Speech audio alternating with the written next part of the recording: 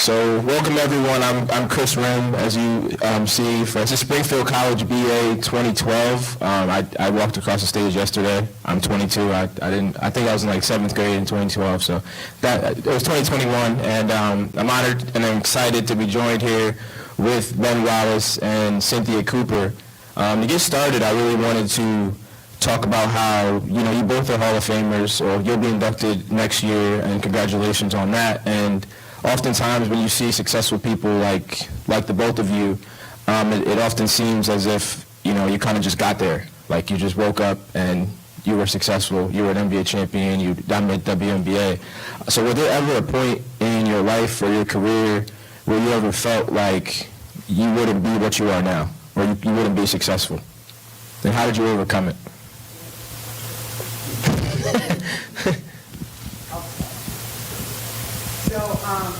Testing. So for me, there was never a time that I didn't think I would be successful. I didn't know that I was going to be successful at basketball. I felt like I was willing to put in the work to be successful at whatever it was that I wanted to do. I didn't start playing basketball until I was 15 years old. But I was also a track star. I ran the 400 meters.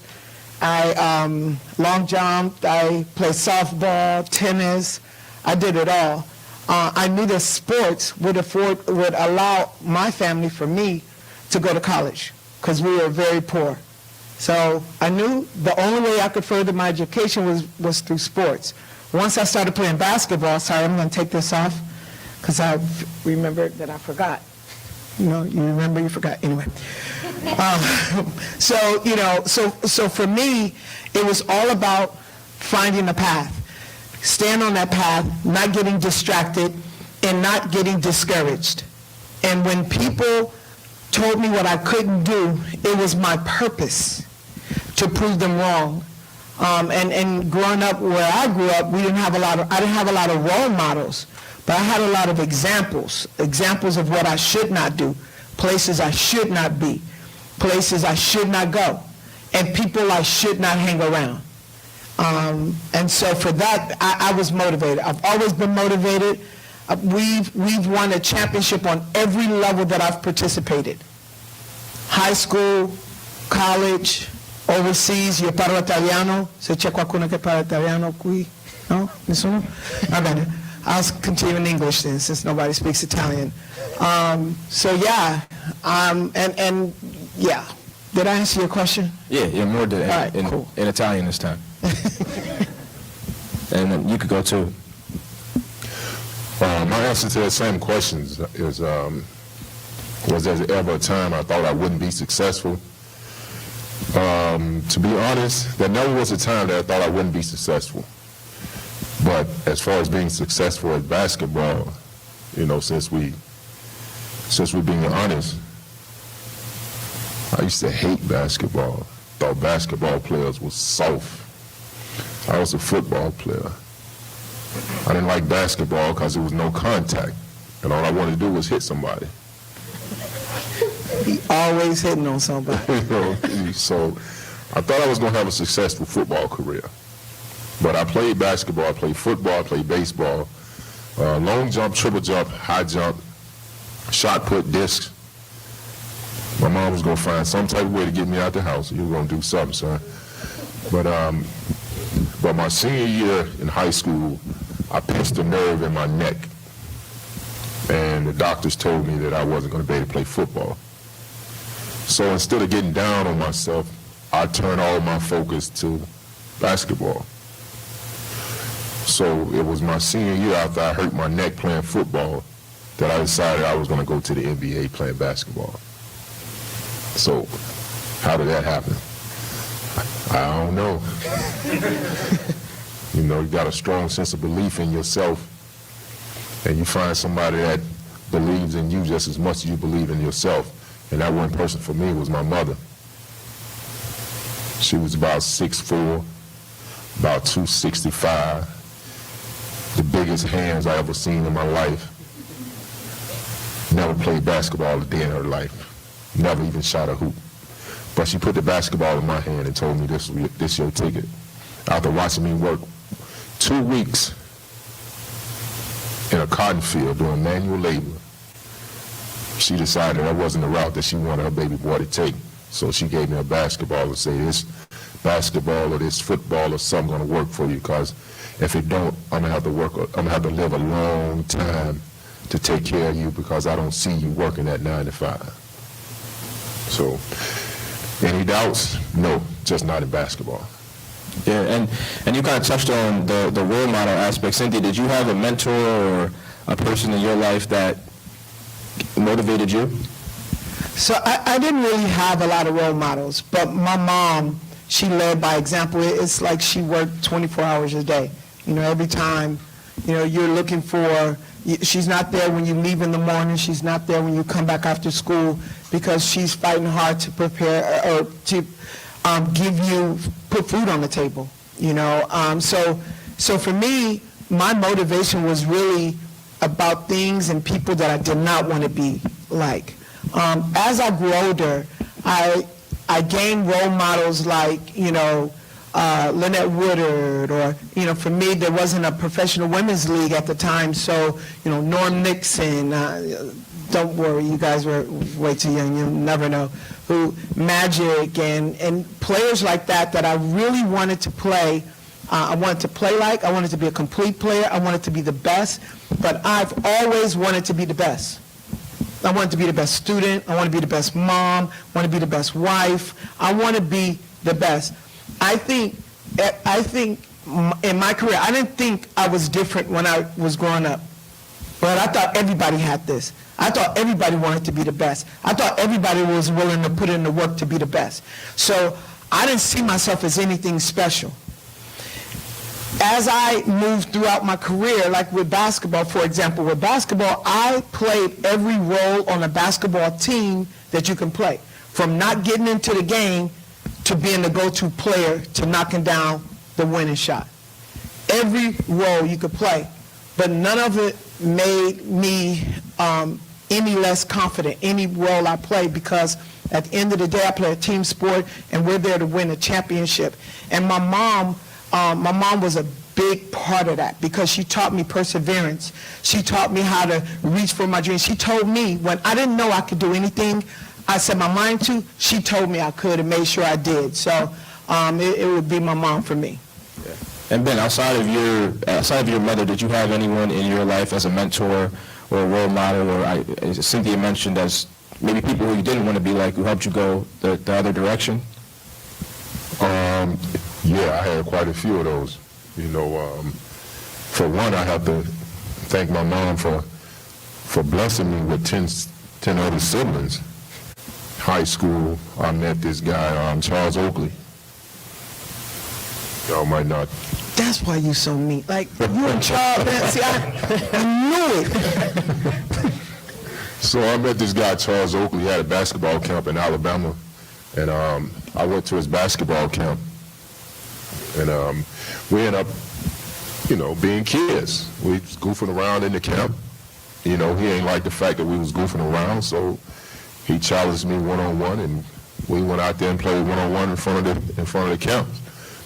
And you know, he's a big physical guy, and me, I was just coming into my own. I'm a football player, so I'm like this basketball player. I don't know what he's thinking, coming out here on this floor. But what he did was, he taught me the physical aspect of basketball. So it made me realize basketball is not as soft as I thought it was. You know, you can go out there and you can push some people around, you can knock some people down. You know, you just only got six times to do it. There's a penalty come with that. But Charles Oakley, he took me under his wing, and my junior year in high school, he gave me his number. And then my senior year, when I graduated, I called that same number and he answered. So my career started a little different. I went from high school, I started off at a community college playing basketball. So that's how bad I wanted. That's how big my dreams was, that I was willing to start at the smallest school and work my way up. So, you know, Charles Oakley helped me get to the community college. And then after I graduated from the community college, You know, once again, wasn't a lot of schools calling about playing basketball. So I called Charles Oakley again, and he answered the number, and that's how I ended up at Virginia Union. So one of the things he always told me, if you go out and if you play hard, you work hard, and you're honest with yourself about, you know, your training and your preparation, you know, good things will happen. It's like you always can, you know, lie to the coach, you can lie to your teammates, but you can't lie to that guy in the mirror. So as long as you're honest with yourself and you put in the work, you know, good things will happen for you. And even to this day, still the same thing. So I use that, you know, that template and to get all the way here. And would you say that that kind of phrase that you said is kind of like a motto that you live by? Yeah, most definitely. You know, because at the end of the day, when you're talking about sports or anything, you know, you can have two great lawyers in the courtroom, you know, battling out over a case, but the one that put in the most work and did the most preparation is going to be the one to ultimately win. Same thing about basketball. At the end of the day, our skill level is going to even out. At the end of the day, you're going to find somebody whose skill set is just as good as yours, if not better. So how do you win those matchups? You refuse to be outworked. You know, we always say that hard work beat talent when talent fails to work hard. So you could be the most talented player in the world. If you don't work on your craft, eventually it's going to go away. So hopefully it don't go away in the fourth quarter when that game is on the line. For sure. And Cynthia, do you have a motto that you live by? I mean, I don't know that I have a motto that I live by, but I just believe in hard work. You know, I believe that, I believe in going the distance. I'm a finisher. I finish anything and everything that I start. I believe in stepping in your spotlight. I can't step into your spotlight. I can't step into Ben's. I can only fight for my spotlight. And then, you know, I didn't have a lot of confidence growing up. So sports brought me a lot of confidence. I kind of knew who I was. I knew where I fit in. And, you know, when I speak to young people, they're always asking me, well, don't you miss going to the mall or hanging out with your friends because you have practice? I say, listen to me. My friends were in the gym, and if they weren't in the gym, they weren't my friends. And it's just how focused I was. And as Ben said, I'm gonna just tell you right now, you know, I don't think I was born the most talented basketball player. I don't think I was. I don't think I was born with all of this great talent that allowed me to go overseas or to win the first 4 WNBA championships or to win scoring titles or 4 MVPs in a row. No, but I've always been hungry. I've always been hungry. I've always been driven. I've always wanted to be great. Good wasn't good enough. Average wasn't good enough. It wasn't acceptable. I've always wanted to be great. And I've always been willing to put in the work to be great. Every day. So can you imagine practicing against me every day? Playing against me when I'm bringing every day? I think that's what separated me, that mentality and that work ethic. And what would you say, like I think you said Charles Oakley probably with that saying was probably the best advice you've probably ever been given in your life, and correct me if I'm wrong, but Cynthia, what would you say is the best advice that you've gotten in your life? You know, my mom, you know, a lot of the things that happened in my life, my mom led by example. You know, I guess this real subtle thing of my mom just telling me that other people don't determine who you are. You determine who you are and where you go and what limits you place on yourself.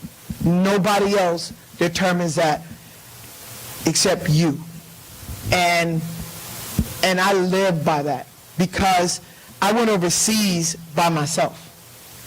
Like, my mom didn't come with me, my family didn't come. I was over there in Italy, and they didn't speak a lot of English, and I spoke no Italian. And my mom taught me how to blend in and to learn and to not be afraid and intimidated. And I was given numbers, like, whoo. Man, there's some girls at the gym still looking for me. So I'm just saying, I never believed I couldn't. Right. You know, it never crossed my mind. Really quick story. I tried out for USA basketball team in 1986. I know, it was a long time ago. And I didn't get invited. I had to go to the open tryout. But a friend of mine got invited, so I wanted to play with her. So I went to the open tryout, and she was with the invited group. It never crossed my mind that I wasn't going to make that team.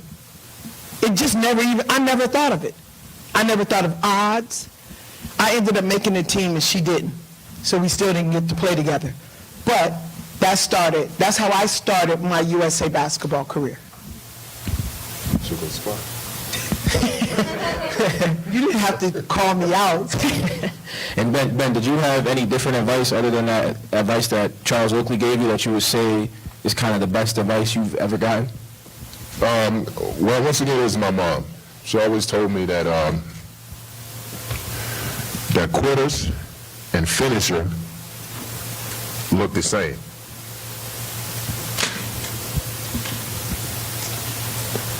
She always told me when I left home that if I want to quit my journey and come home, I can. Or if I want to stay with my journey and finish it and come home, I can. So the only difference between a quitter and a finisher is how you feel inside, how you feel about yourself. You're never going to feel good quitting. Whether you come in last out of 500 people, if you finish, I guarantee you're going to feel good about yourself. So quitters and finishers, they look the same, but that feeling on the inside is completely different. You know you accomplish something when you finish. It's easy to quit. Finishing is hard. You know, I tell people about my journey here to get here growing up in Lowndes County, Alabama. How many of y'all plan vacation to Lowndes County, Alabama? Y'all never been there? No. All right, don't worry about it. Y'all ain't missing much. But that's where I'm from. You know, small town in Alabama. And, you know, for me to get here, man, it took a lot of luck, had a lot of help, you know, a lot of motivation, a lot of self-motivation, and a lot of work. You know, I can't sit here and tell you that I got here by taking shortcuts. There ain't no shortcuts to the top. No shortcuts to the top. So, you know, just the fact that, you know, you might take two people that look the same, they can both be smiling, they can both be happy, but on the inside, they feeling completely different. The finisher, he finished the race, he feeling good about himself, might not have won, but he finished, gave himself a chance to win. You can't win if you don't finish. Quitters will never be winners because you can't win the race if you don't finish the race. So even if you finish last, you gave yourself a chance to win. But if you quit, you're not giving yourself a chance. Wow. Dropping gems. Both of y'all dropping gems. When I guess I'll say now in college, I kind of look at, graduating college. When I was younger, if I, even made, a little mistake or maybe didn't do well on a test or something, I thought the world was over. I thought everything was over. My future, I'll never go to college. I'll never graduate or anything like that. And now, looking back, it's those things don't matter that much, what I learned from them. So what would you say is the biggest mistake that you made or lesson that you learned? Cynthia, what would you say for that? Me, I've made tons of mistakes. I left school. My brother was killed. I left USC, and we needed money. My mom needed help. And so I left school and I went to work at a bank to help the family with food, to help my mom pay the bills. My coaches at USC at the time came and got me. As a matter of fact, I told y'all I grew up in the hood, right? So I grew up in Watts. They came to the wrong house. That can get you shot in one. I'll tell you. They came to the wrong house, knocking on the door, talking about it, Cynthia here, we need to speak to her mom. So they ended up pointing them to the right house, but they threatened their lives. They said, you better hope Mary wants you at her house. You better hope. And they followed them to my house. But they came and they convinced me to get back in school, that was the right path for me. And if that doesn't happen, nothing happens after that, right? None of my career happens. Not my college championships, not my overseas, not me being bilingual. So my journey look, I believe in the person staring back at me in the mirror. Like, I invest time in her. I give her confidence. I give her a path. And whenever I fail, I am the listen, I get back up. I believe in getting back up. I believe in going right back at it. In our third championship, my mom passed away in February. My best friend, point guard on our team, she passed away in August, 2 days before we were starting the playoffs. And I was crushed. And then I said, you know what? I'm going to turn this negative into a positive. I'm going to pay tribute to two people that were very special in my life. And I went out there and we won that championship. We won that third championship in a row. Because life can give you excuses to underachieve. But I like to give myself a reason to be great, to be successful. Every day. Just throwing that out there.